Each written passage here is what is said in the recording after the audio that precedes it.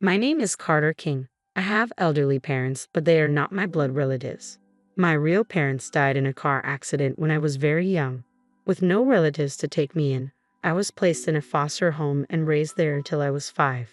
Even though I felt lonely without a mother and father, I found joy in meal times with delicious food. One day, an elderly couple came to the facility. I vaguely remember them smiling happily as they watched me eat. They had such kind smiles. After a while, the couple, the Kings, decided to adopt me. I quickly opened up to them, calling them Grandpa and Grandma. They had a small garden where they grew vegetables and sold them at a local farmer's market. Though they didn't make much money, the leftovers from the market and the vegetables not good enough for sale ended up on our table every day. I love Grandma's pickled cucumbers and potato soup. Be thankful for your food, Grandpa always said. There are many people struggling without food today. We must be thankful for every meal, Carter. I hope you grow up to be someone who can help those who are hungry and in pain. I nodded seriously, and he smiled gently. His teaching stayed firmly in my heart. We lived a simple life without luxury, but were raised with a lot of love and happiness. I helped with the farming while attending high school. I thought about getting a job after graduation to help with the family finances. But Grandpa said, "Don't worry about money. Do what you want to do." I think he understood that I wanted to do something that would help people in the future. But at that time, I lacked the knowledge and didn't know where to start. I wanted to go to college to learn about social work, economics, logistics, and more. For times like these, Grandpa said as he handed me a bank book. The account was in my name, Carter King. He had been saving for my education. I was moved to tears by his thoughtfulness. After enrolling in college, I studied hard. I felt happy but also guilty for causing trouble for my grandparents. I had never seen them indulge in any luxuries. They always put me first.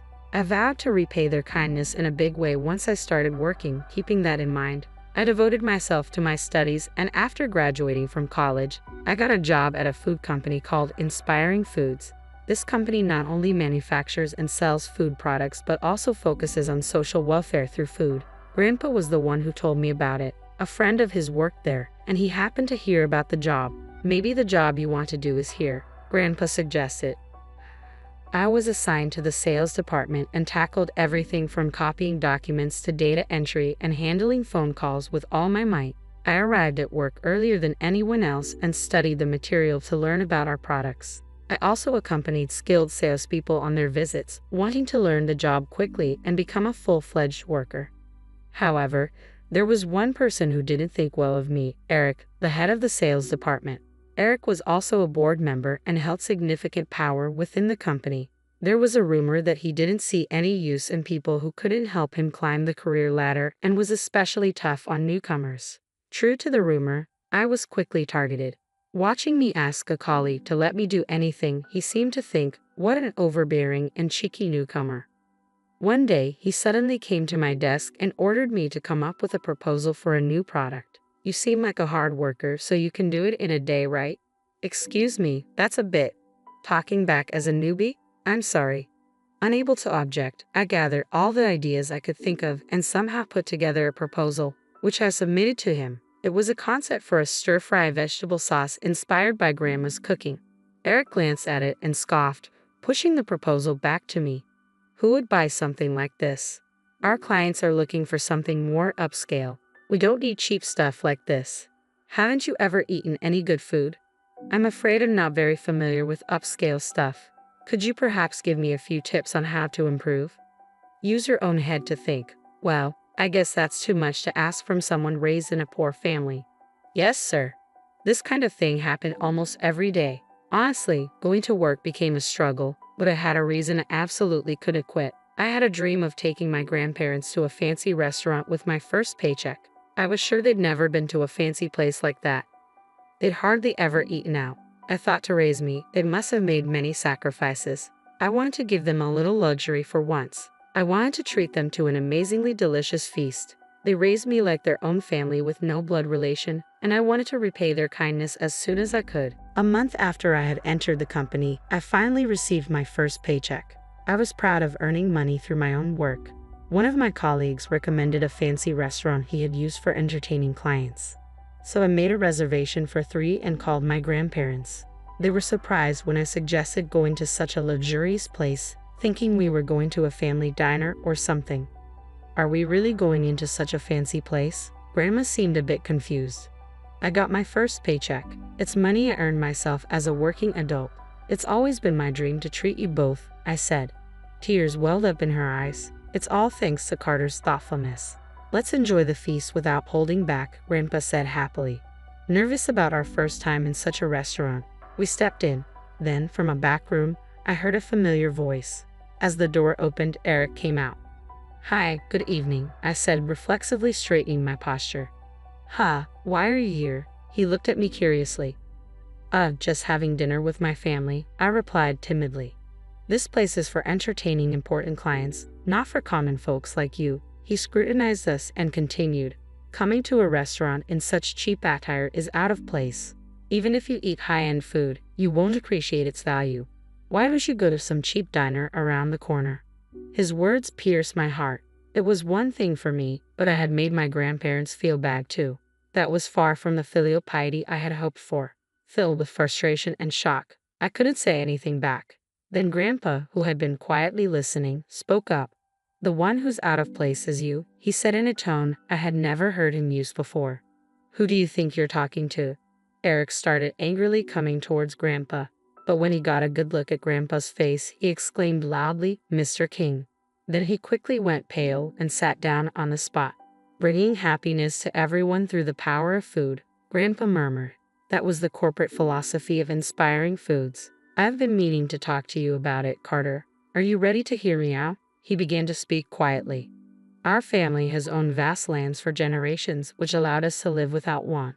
One day, over 30 years ago, the president of Inspiring Foods came to us wanting to buy our land. He wanted to build a factory for his company to expand his business.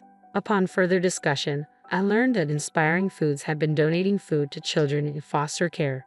The president grew up in a poor family himself, often going hungry. He had a strong desire to provide delicious meals to as many children as possible. He was passionate about expanding his business to support more orphan children, families, and those in need. I was deeply moved by his feelings.